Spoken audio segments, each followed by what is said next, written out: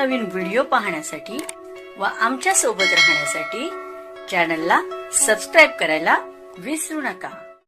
तर बघा काय शासनाने झालं याच्यात काय म्हटलेलं आहे, 31 डिसेंबर रोजी सेवानिवृत्त झालेल्या होणाऱ्या राज्य शासकीय कर्मचाऱ्यांना लगतच्या 1 जानेवारी रोजीची काल्पनिक वेतनवाढ विचारात घेऊन सेवानिवृत्ती वेतन निश्चित करण्याबाबत वित्त विभागाचा शासन निर्णय आहे। याच्यात म्हटलेलं आहे, मान्य उच्च न्यायालय खंडपीठ औरंगाबाद यांनी याचिका क्रमांक 1881/2023 व इतर याचिकामध्ये 16 फेब्रुवारी 2023 रोजी दिलेल्या आदेशाच्या अनुषंगाने 30 जून रोजी सेवानिवृत्त झालेल्या होणाऱ्या कर्मचाऱ्यांना लगतच्या दिनांक 1 जुलै रोजीची काल्पनिक वेतनवाढ विचारात घेऊन सेवानिवृत्ती वेतन निश्चित करण्याबाबत वित्त विभागाच्या संदर्भातील 28 जून 2023 रोजीच्या शासन परिपत्रकाने सूचना निर्गमित करण्यात आल्या आहेत।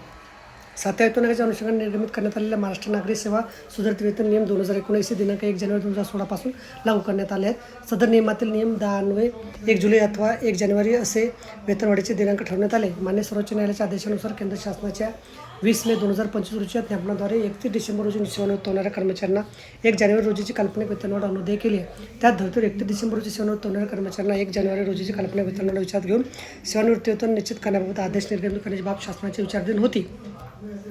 शासन परिपत्रक वित्त विभाग 28 जून 2023 नुसार 30 जून रोजी सेवानिवृत्त होणाऱ्या राज्य शासकीय कर्मचाऱ्यांना 1 जुलै रोजीची काल्पनिक वेतनवाढ अनुदेय केली आहे। याच धर्तीवर 31 डिसेंबर रोजी सेवानिवृत्त होणाऱ्या राज्य शासकीय कर्मचाऱ्यांना 1 जानेवारी रोजीची काल्पनिक वेतनवाढ अनुदेय करण्यात येत आहे।